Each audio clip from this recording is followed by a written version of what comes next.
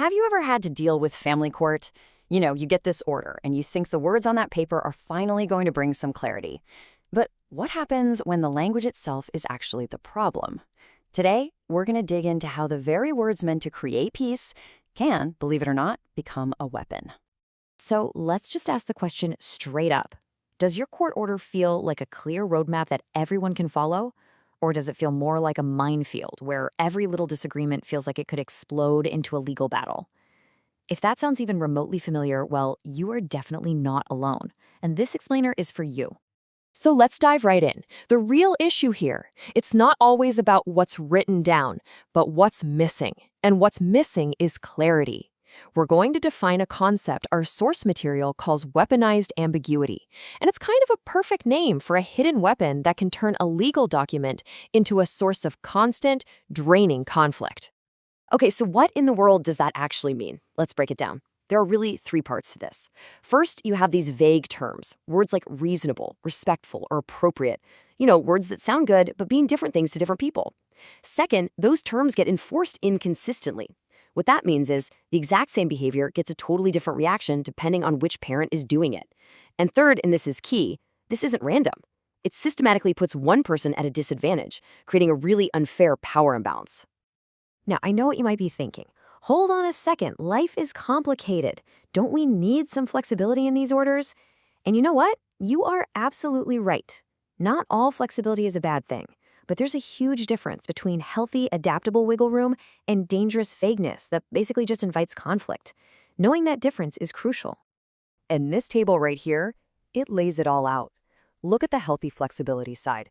You've got clear core rules, they're enforced consistently, and that creates predictability. That's what a child needs to feel stable. But then look at the other side, dangerous vagueness. The rules are fuzzy, enforcement is totally biased, and nothing is predictable. And what's the impact on a child living in that kind of chaos? It's constant instability, anxiety, and being trapped right in the middle of their parents' conflict.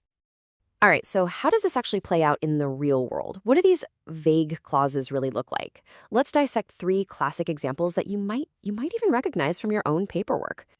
Okay, first up, the old communicate respectfully clause. I mean, on the surface, this sounds so innocent, right? Who could possibly argue with being respectful? The problem is, the word respectful is completely subjective. And this is where it gets so damaging. You can ask a perfectly reasonable, important question about your child's health. Hey, can we talk about the missed medications? And have it twisted into an accusation of harassment. This is that psychological drain of ambiguity. It creates a no-win situation where the parent trying to solve a problem gets gaslit and punished, while the one throwing insults gets a free pass. Here's another incredibly common one, the word reasonable. This little word is one of the biggest red flags you can find in a court order. It's meant to sound fair, but in reality, it defines absolutely nothing. Exactly. What does reasonable even mean? Does it mean a couple hours a week, every other weekend, a 50-50 split? Without a specific schedule written down, reasonable ends up meaning whatever the person with more power or more money or just more of a willingness to fight wants it to mean. It's a built-in recipe for constant arguments. And our third example, this one gets right to the heart of co-parenting, making the big calls for your kid. And again, on paper, this sounds amazing. So cooperative, so ideal. But in practice, that vagueness can create immediate and total gridlock. See, the problem word here is major. What is a major decision versus a day-to-day one? Is changing schools a major decision? Of course. But what about signing up for soccer or switching to a new therapist? If it's not clearly defined, one parent can just claim veto power over everything, while the other can claim sole authority. And the result? Nothing gets done, and the kid is stuck in limbo.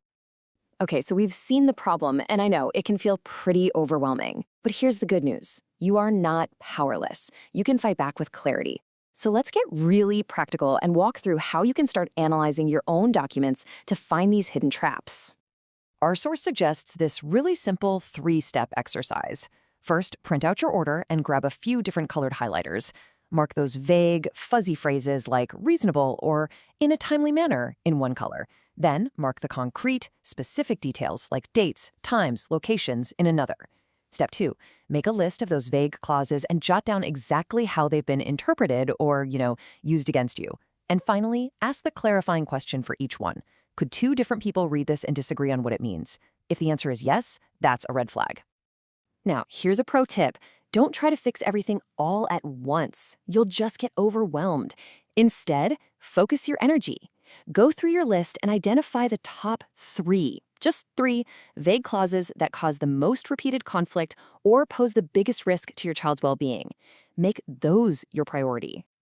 And this brings us to what is honestly the most empowering part of this whole thing. How do we actually translate that dangerous ambiguity into language that protects you and protects your child? It really is all about rewriting the rules. This right here is the core principle. This is the secret sauce. The goal is to replace subjective labels like respectful or cooperative with clear, concrete, observable behaviors. It's not about what someone is, it's about what someone does. The real test is, could a total stranger watch you and know without a doubt if you are following the rule? That's what you're aiming for.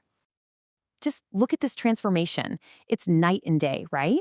The vague rule on the left is impossible to enforce fairly, but the concrete rule on the right, it is crystal clear. It defines how you communicate on a specific app, what you communicate about, logistics only, and when you communicate between 7 a.m. and 8 p.m. with no profanity. There is simply no room for misinterpretation. Let's do it again for decision-making. That vague version on the left just creates chaos.